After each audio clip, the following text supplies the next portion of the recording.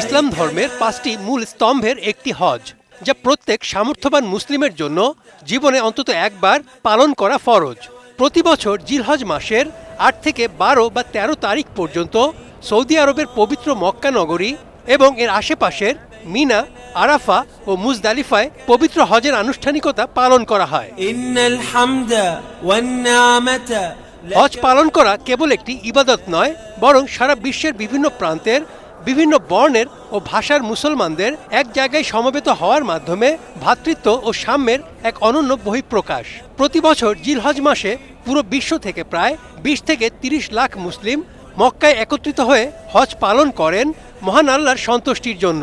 তবে এবছর বিধি লঙ্ঘন করে কেউ হজ পালনের চেষ্টা করলে তাদের বিরুদ্ধে কঠোর নির্দেশনা আরোপ করেছে সৌদি সরকার।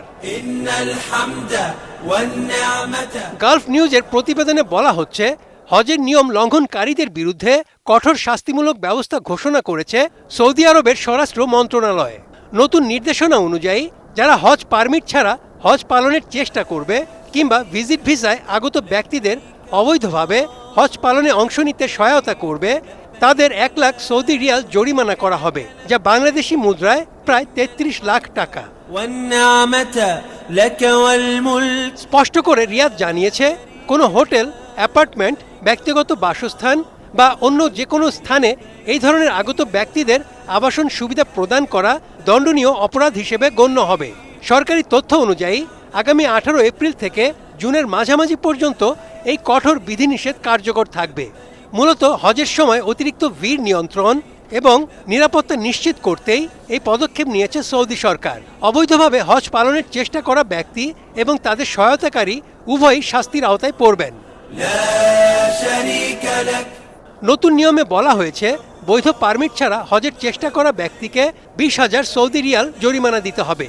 একই জরিমানা প্রযোজ্য হবে সেই সব ভিজিট ভিসাধারীদের ক্ষেত্রেও, যারা নিষিদ্ধ সময়ে মক্কায় প্রবেশ এবং অবস্থান করবেন। প্রতিটি নির্দেশ লঙ্ঘনের ক্ষেত্রে জড়িত ব্যক্তির সংখ্যা অনুযায়ী জরিমানার পরিমাণ কয়েক গুণ পর্যন্ত বৃদ্ধি পেতে পারে। জরিমানার পাশাপাশি অবৈধভাবে মক্কায় প্রবেশকারী বা ভিসার মেয়াদ শেষ হওয়ার পর অবস্থানকারীদের নিজ দেশে ফেরত পাঠানো হবে। এছাড়া তাদের ওপর পরবর্তী 10 বছরের জন্য সৌদি আরবে প্রবেশের নিষেধাজ্ঞা আরোপ করা হবে। অবৈধ হজযাত্রী পরিবহনে ব্যবহৃত যানবাহন আদালতের নির্দেশে বাজেয়াপ্তও হতে পারে। হজের নিরাপত্তা ও শৃঙ্খলা বজায় রাখতে মন্ত্রণালয় জনগণকে নিয়ম মেনে চলার এবং কর্তৃপক্ষের সঙ্গে সহযোগিতার আহ্বান জানিয়েছে। একই সঙ্গে সতর্ক করে বলা হয়েছে, এই আইন ভঙ্গ করলে বড় ধরনের আইনি জটিলতার সৃষ্টি হতে পারে। তাই নির্ধারিত নিয়ম মেনে এবং বৈধ অনুমতি নিয়েই হজ পালনের আহ্বান জানানো হয়েছে। Desk report, ATN news.